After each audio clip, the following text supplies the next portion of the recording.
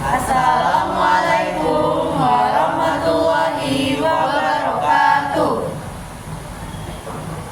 Perkenalkan, nama saya Radit. Nama saya Fira. Nama saya Dinda. Nama saya Kansa. Hari ini kami akan mempresentasikan hasil diskusi kami tentang kata serapan, kohesi, dan koherensi. Yang pertama ada kata serapan. Kata serapan merupakan kata yang berasal dari bahasa daerah maupun bahasa asing yang ejaan, ucapan, dan tulisannya telah disesuaikan dengan bahasa Indonesia. Unsur serapan dalam bahasa Indonesia dibagi menjadi dua kelompok besar. Kelompok pertama merupakan unsur bahasa sumber yang tidak diserap ke dalam bahasa Indonesia.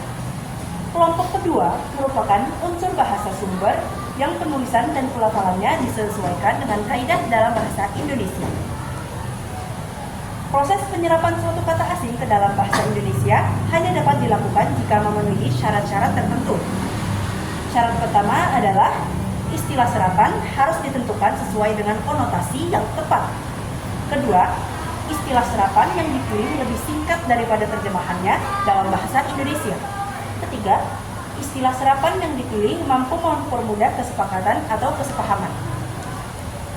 Menurut proses penyerapannya, kata serapan dalam bahasa Indonesia terbagi menjadi 4. Pertama, kata serapan adopsi. Adopsi merupakan penyerapan kosakata asing ke dalam bahasa Indonesia tanpa mengubah pelafalan, ejaan, maupun penulisan. Contohnya ada data berasal dari bahasa Inggris, yakni data. Kedua, kata serapan adaptasi. Adaptasi merupakan proses penyerapan kosakata asing ke dalam bahasa Indonesia dengan adanya perubahan sesuai kaidah bahasa Indonesia. Contohnya ada bisnis berasal dari bahasa Inggris, yaitu business. Ketiga, ada kata serapan terjemahan. Terjemahan merupakan proses penyerapan kosakata asing dengan cara mengambil konsep dasar dari bahasa asli, kemudian menerjemahkannya ke dalam bahasa Indonesia. Contohnya ada uji coba berasal dari bahasa Inggris, yakni try out.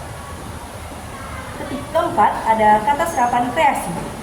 Penyerapan kosakata dengan cara kreasi serupa dengan cara terjemahan atau pungutan. Perbedaannya hanyalah pada bentuknya yang tidak ditutup sama dengan kata asalnya.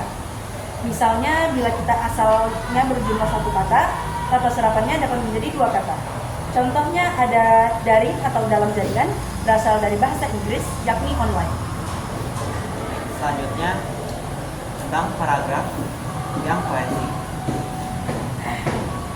Apa itu kohesi? Kohesi adalah keserasian hubungan antara satu unsur dan unsur lainnya yang saling mendukung makna sehingga tercipta pengertian yang jelas. Dalam kohesi, kalimat atau katanya saling bertautan dan saling mendukung makna. Pengertian satu mendukung pengertian yang lain, sehingga tercipta paragraf yang utuh. Paragraf yang berkohesi memiliki ciri-ciri seperti mengandung gagasan utama, lalu kedua, semua informasinya mendukung gagasan utama. Yang ketiga, kalimat-kalimatnya berhubungan erat dengan gagasan utama, dan yang keempat, kalimat-kalimatnya merujuk pada gagasan utama. Secara sederhana, kohesi dapat dibentuk melalui pengulangan kata atau kalimat sebelumnya, seperti dengan konjungsi antar kalimat, kata ganti orang, dan kata ganti titik. Suatu paragraf dikatakan berkohesi jika memiliki satu kalimat utama. Jika salah satu paragraf tidak memiliki satu kalimat utama atau lebih dari satu kalimat utama dan sedikit kalimat jelas, maka paragraf tersebut tidak bisa dikatakan berkohesi karena paragraf tersebut membicarakan banyak hal.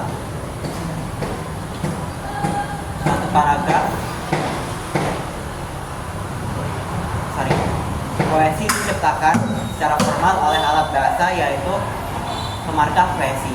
Pemarkah kohesi terdiri dari pronomina atau kata ganti, substitusi atau pengganti, elipsis atau pengucapan, dan konjungsi, dan terakhir leksikal.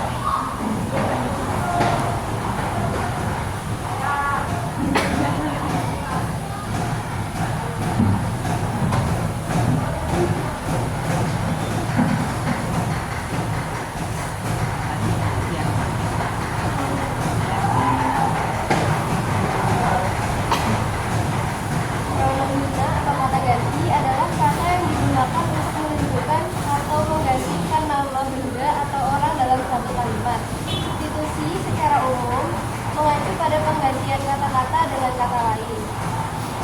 Elipsis adalah peniadaan kata atau satuan lain yang wujud asalnya dapat diramalkan dari konteks bahasa atau konteks luar bahasa. Konjungsi atau kata hubung adalah bentuk atau satuan kebahasaan yang berfungsi sebagai penyambung, perangkai atau penghubung antara kata dengan kata, frasa dengan frasa, klausa dengan klausa, kalimat dengan kalimat, dan seterusnya. Kohesi leksikal diperoleh dengan cara memilih kata-kata yang serasi. Ada beberapa cara yang dapat digunakan untuk menciptakan kohesi melalui aspek ini, antara lain dengan pengulangan atau repetisi, sinonim, difonim, kolokasi, dan equivalensi.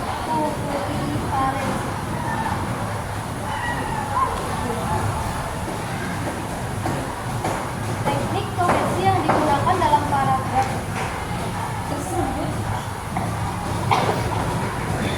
1. Penggunaan kata penghubung setelah. Itu setelah beberapa waktu dan satu digunakan untuk menghubungkan makam-makam dalam perjalanan ke sekolah. 2. Penggunaan pengulangan kata atau frasa. Pengulangan kata saya, bus, dan sekolah memberikan kohesi dalam paragraf serta menarikkan fokus pada topik perjalanan ke sekolah yang biasa. 3. Penggunaan referensi yang jelas. Penggunaan referensi seperti rumah, halte bus, gerbang sekolah, dan gedung sekolah membantu menjaga hubungan antar kalimat-kalimat dalam paragraf. 4. Penggunaan sinonim. Penggunaan kata-kata yang memiliki makna serupa membantu menjaga variasi kata dan pola. Selanjutnya ada koherensi. Koherensi merupakan pengaturan kenyataan dan gagasan, fakta, ide menjadi satu uraian yang logis secara rapi sehingga pembaca mudah memahami pesan yang dikandungnya. Paragraf yang berkoherensi memiliki ciri-ciri sebagai berikut. Yang pertama, terdapat kepaduan makna.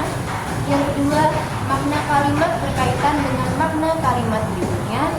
Yang ketiga, terdapat pengulangan makna informasi pada kalimat berikutnya. Yang keempat, ada kalimat kedua dan kalimat selanjutnya selalu berkaitan. Baik, itu saja dari kami.